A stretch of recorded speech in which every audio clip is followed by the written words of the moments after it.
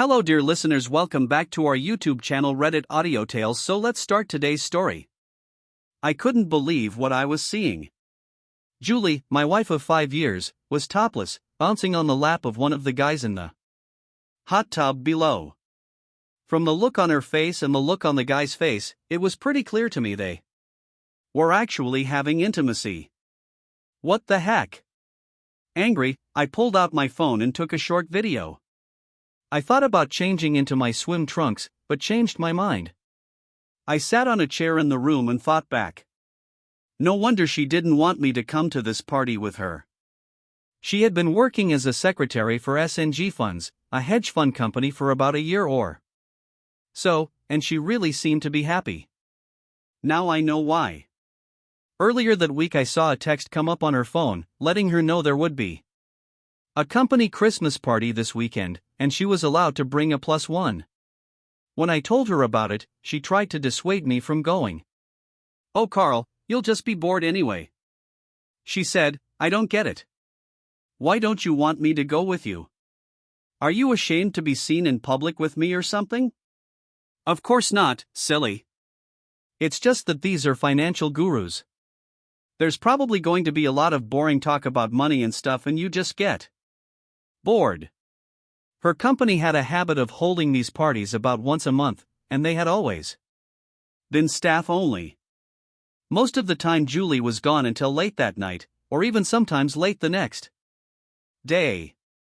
I never made a fuss about it, but now I had a better idea of what actually went on at these things. "I see. Well, maybe I'd like to spend the evening with you anyway. Have it your way. If you're going, you'd better get your tux cleaned, but trust me, you're probably not going to have a lot of fun." The day of the party she suggested I bring a pair of swim trunks. For a Christmas party, it's December for crying out loud, and it's cold outside. "Swim trunks?" I asked her. "It's awful cold outside for swim trunks, don't you think?" "Nah, we usually end up in my boss's penthouse after the main party, and he has a real nice hot tub." "I see. So you do this often then?" "Yeah, pretty much every time." "Now promise me you'll be on your best behavior tonight, okay?" "I always am," I told her. This didn't sound too good. Why would she tell me this? "Why are you telling me this?" "Oh, it's just that these parties can get pretty wild sometimes. I don't want you to get upset with anything you might see. The guys there are quite friendly and can get pretty handsy, if you know what I mean." "Well, as long as everything passes the husband test, there shouldn't be any problem, right?" I asked in response. She smiled and said nothing, but gave me a kiss on the cheek. When we got to the main party, Julie introduced me to a friend of hers, Linda. "Linda, this is my husband, Carl," she said. Linda looked me over and smiled. "Husband? This is going to be fun. You really are a wild and crazy girl." "You know that?" she asked with a smile. I wondered what she meant by that. Julie smiled as she giggled. "I got to go mingle, sweetie," Julie told me. "Could you get me something to drink? Maybe some wine? Come on, let's go," she told Linda, without giving me so much as a backward glance. I made my way to the bar and got her wine and a beer for myself. I looked around, but I didn't see Julie anywhere. I walked around looking for her, but to no avail. After a half hour, I sat at an empty table and hoped she would come look for me. In the meantime, I watched as everyone danced and had a general good time. No one said anything to me and walked around me as though I wasn't even there. I guess she was right. I wasn't having any fun at all, and I was getting more than a bit pissed off that my wife would simply abandon me like this. After nursing my beer for a couple hours, I said to hell with this shit and got up. I figured if Julie wasn't even going to spend any time with me, I'll just go home and leave her to her friends. I started walking to the entrance when Julie and Linda came up to me. There were 3 other guys with them, and one had his arm around Julie's waist. Julie didn't bother to make any introductions. "Oh, there you are," she said. I could tell she had been drinking. We were looking all over for you. Yeah, sure you were, I thought. When she kissed me, I could detect the taste of tequila and something else. Yeah, I was just getting ready to go home since you abandoned me 2 hours ago. Where were you? She blushed and looked down as the guys with her smirked at me. I felt like punching them in the teeth. We were just having a few shots, Linda said. Julie looked at her funny. I wondered what the hell was going on here. Shots of what? I can taste tequila, but there's something else. Oh, nothing, Julie said. Hey, listen, we're all going over to Ben's place. He's got the hot tub warming up. Are you ready? I guess. Am I going to get to spend some time with you, or are you planning to abandon me again tonight? Oh, don't be silly. You'll see me later. I'll ride over with Linda and the guys if that's okay with you. Why not ride with me? I asked. One of the guys grabbed her by the hand and pulled her away. You can follow me, dude. He said in a tone of voice that pissed me off even more. Julie and Linda followed the guys, and I could hear them laughing as they left. I got my car and followed them. When we arrived, I saw that Julie had already changed into her bikini. What the hell was going on here? When we got there, Julie had already gone into the hot tub with the two guys, who I later learned were Ben and Dale, the two senior partners in the firm. Both of them struck me as little more than rich frat boys. Linda came over to me after they were outside. So you think that maybe we can hook up later tonight? She asked. What makes you think I'm even inclined to do that? I'm married. Oh, I thought you guys had an open marriage or something. What makes you think that? I asked. Well, the way Julie carries on with all the other guys. I thought you were into being. Especially the way she kissed you earlier. What the hell makes you say that? What do you mean by the way she kissed me earlier? I asked. Well, she had already finished Ben and Dale. She still had their fucks in her mouth when she kissed you. Did you enjoy that? I felt like throwing up. Her expression changed when she saw my reaction. Oh my God, you didn't know, did you? No. How long has she been doing this? Ever since she came on board the company, Linda said. Oh my God, I thought. That's been over a year now. All this time she's been there fucking and I had no clue. Is that what she was doing at the party? Intimating with those two guys? And a few others. Linda said. I'm sorry.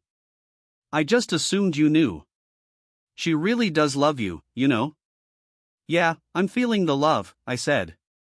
Look, why don't you go upstairs and change? Maybe she'll keep herself under control tonight since you're right here. Yeah, right, I said. I headed upstairs and that's when I saw her being intimate with those two guys. As much as I loved her, there was no way I was going to tolerate this. I decided to confront her about this and went downstairs. Oh, there you are. Julie said as I got to the bottom of the stairs. Why aren't you in your bathing suit? Aren't you coming out to the hot tub with us? I grabbed her arm, pulled her into what looked like a study and closed the door. What's the matter, Carl? She asked. What's the matter? Were you ever going to tell me about having an open marriage? What? She asked. That's what Linda told me, I said. I pulled out my phone and played the video of her being intimate with the two guys in the hot tub. What's this all about? Thought that maybe you'd just humiliate me even further after abandoning me at the party? Oh, come on, Carl. We were just having a little bit of fun. It doesn't mean that I love you any less. And yeah, I was being intimate with them as well. It doesn't mean anything. I couldn't believe what I was hearing. She admitted to having intimacy with them and I was just supposed to go along with it. It means everything, I said. I pulled off my wedding ring and put it in her hand. Then I grabbed her left hand and pulled off her rings. Carl, what are you doing? She asked. You're a disgusting pig and right now I hate your guts. Merry Christmas. I hope it was worth it to you. Don't bother coming home. I'll be seeing a lawyer about a divorce on Monday. You can't mean that, she cried. I love you. I don't want a divorce. I don't care what you want anymore. I know the truth. I know why you didn't want me to come with you. I won't be your XXXX. Goodbye, Julie. I turned and left.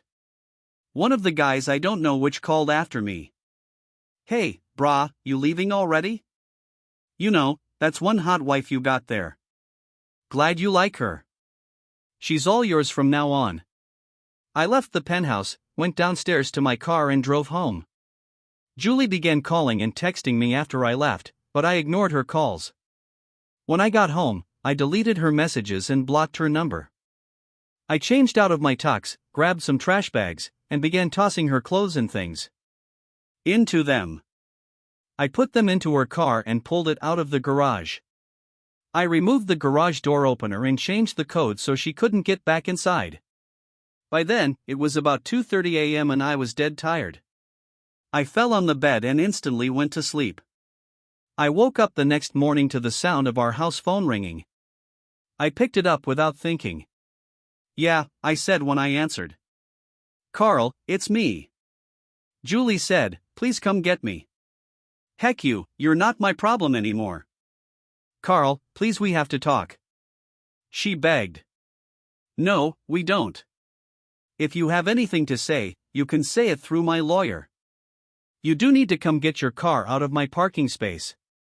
I've already packed all your shit in it.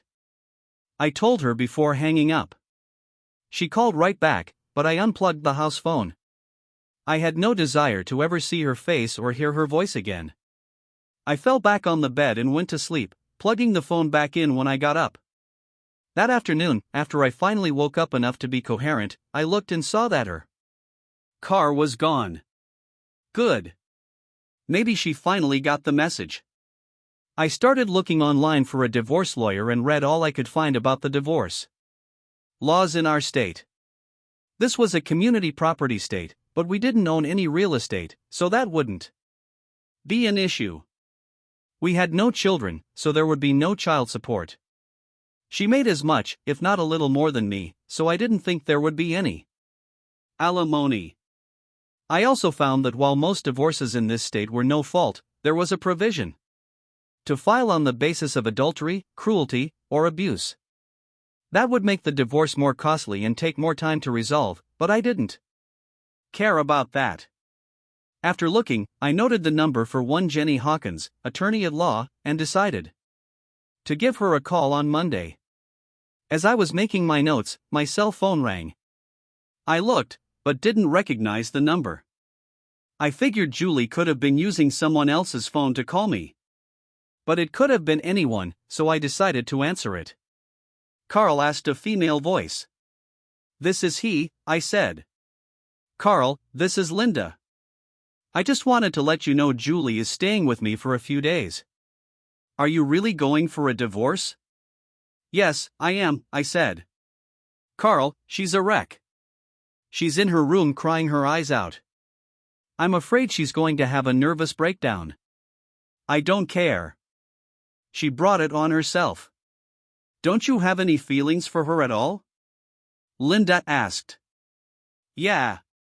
Right now, they can be described as hatred and disgust. She's been fexing around on me for a year or more, and she had the audacity to humiliate me in public. We're through. But she loves you, Linda said. So she claims. Tell me, what did she do after I left? How long did you two stay at the penthouse? Did she intimate Ben and Dale again? She was upset, Linda said. We all were. You're not answering my questions, I said. Okay, yeah, we all hooked up last night after you left, but only to help Julie feel better. You could have had a good time as well if you'd only stayed. Where the heck do people like you come from? I asked, incredulous. I got to go, Linda, goodbye. I ended the call and that's when I noticed 2 text messages from numbers I didn't recognize. The messages came in early this morning after I had gone to bed. I pulled them up and noticed that videos were attached to them. Missed one hell of a party, bro. One message read. I played the video and saw Julie getting made airtight by 3 of the men at the penthouse. I recognized Ben and Dale, but didn't recognize the other. Linda stood next to them, naked. The man I didn't recognize looked into the camera and spoke. "It's quite a wife you have there, brah," he said with a shit-eating grin. "Too bad you weren't here. You could have had a great time." They all laughed as he said that, even Julie laughed. Yeah, I thought, so much for loving me. The second video was similar, but it ended with Ben smearing his fucks on my wedding ring, while Julie held it in her open hand. She looked at the camera with a smirk and licked it off my ring. My resentment for her only intensified. I transferred the videos to my PC and made a copy for the lawyer. I thought about sending the videos to all of her friends and her family, but decided against it, at least for now. The info I got from Jenny's website indicated that I needed to be very careful about how I reacted to her actions. Any negative reaction on my part could easily undo my case, her site warned. Okay, so I decided to hold off for the time being. I didn't hear anything from Julie or Linda the rest of that day or the next, which was a good thing as far as I was concerned. I spent the rest of the weekend exercising Julie's presence from the apartment. On Monday, I called my boss, explained the situation, and took a few days off for vacation. I knew I would be basically worthless, and my boss understood. He had gone through a divorce from a cheating wife, so he understood how I felt. I called Jenny's office and arranged for an appointment that afternoon. On the way to my appointment, I stopped at the bank and did everything I could to separate her from our joint account. I paid off her joint credit card, then canceled it. I took out half of everything and opened a new account in my name only. Jenny explained the divorce laws in our state and asked if I wanted to pursue an alienation of affection lawsuit against her bosses.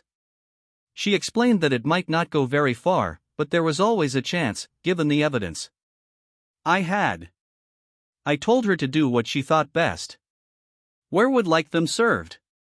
She asked me. At their office, I said. I wanted them to experience a bit of the same public humiliation they had heaped on me this past year. She nodded her head and made notes. When we finished, I paid a retainer and then headed home. On the way, I got a call from Linda. "Hello," I said when I answered. "Carl, would you be willing to meet with Julie and me someplace this afternoon?" she asked. "Not really. I just finished seeing my attorney and she suggested I stay away from her. If she has something to say, she can do it through my lawyer. Would you like her contact information?" "Hold on," she said. I could tell she had placed one hand over the phone and I could hear her talking to someone. But the voices were muffled. A few moments later, she came back on. "I guess that'll have to do," she said quietly. After I gave her Jenny's contact information, she tried to lobby for Julie one last time. "She really does love you, Carl, and she's willing to make this up to you. Can't you please find it in your heart to forgive her? Well, she has a damn funny way of showing her love. And how exactly will she make this up to me? Can she on herself? Can she turn the clock back a year? I don't think so. The answer is no. I will never forgive her for what she did." "Okay. If that's the way you want it, I'll pass that on to her. But you know you're going to have to talk to her sometime. Not if I can help it. What's done is done. Tell her she can expect to be served with papers soon." I ended the call and drove the rest of the way home, stopping only to pick up a 12-pack of beer and a couple of packs of cigarettes. I had stopped smoking when we first got married, but I felt that I needed to do something to keep from punching holes in the walls. After I got home, the house phone rang. I answered, wondering who was calling now. "Hello," I said, "Mr. Jacobs, this is Ben Carlson, your wife's employer." The young male voice said. I recognized the voice from the party. He seemed to have adopted a more professional tone now that he was back in his place of business. "I know who you are, Ben. What do you want?" "Look, I know you're upset about what happened Friday, and I want you to know that we all thought you were okay with your wife's activities at the company gatherings," he said. "So you knew she was married during all this?" I asked. "Yes, but honestly, she told us you guys had an open marriage and that you were okay with what she was doing. And you never bothered to ask me about it?" I asked. "I didn't think I had to," he said. "And the videos you guys sent me Friday night? What was up with that?" "Those videos were her idea. Look, I'm really very sorry about all this. Is there anything I can do to make it up to you?" "Yeah, you can let me kick your balls into the middle of next week after you testify against her in court. Oh, and I intend to sue you for alienation of affection. If you really want to make it up to me, you'll accept my terms without any argument." "Anything else?" "You're really suing us?" he asked. "Yes, especially since you've been violating your own moral clauses for the last year while you've been destroying my marriage." "Look, man, this was all just in fun. We didn't intend to destroy your marriage." "Well, what did you think was going to happen? Did you honestly believe I would just sit back and applaud you for being with my wife and treating her like an object? It sounds like you've been reading too many stories online. Look, man, we can work through this. A lawsuit like that could ruin us. Not my problem. You shouldn't have turned my wife into your play toy. Goodbye." I slammed the phone down and grabbed a beer, then headed to the balcony for a smoke. I didn't hear anything from the cheaters until Wednesday when they were served at Julie's office. "I don't believe you actually did it," Linda said. "You didn't even give her a chance to explain. Do you have any idea how humiliated she is right now?" "I really don't give a blip. She didn't care about humiliating me with her cheating, so I simply don't give a blip. Goodbye, Linda, don't call here again," I added, slamming the phone down. God, that felt so good. A few moments later, I got another call. I recognized the number as coming from Ben's office. "What?" I yelled as I answered. "You coward," he hissed. "I'm going to get you. How dare you sue me? Julie wanted to be with all of us, you fool. Maybe you should have treated her better." Dear friends, this is first part of this story. Next part will upload later on this story. We will meet you in next one story.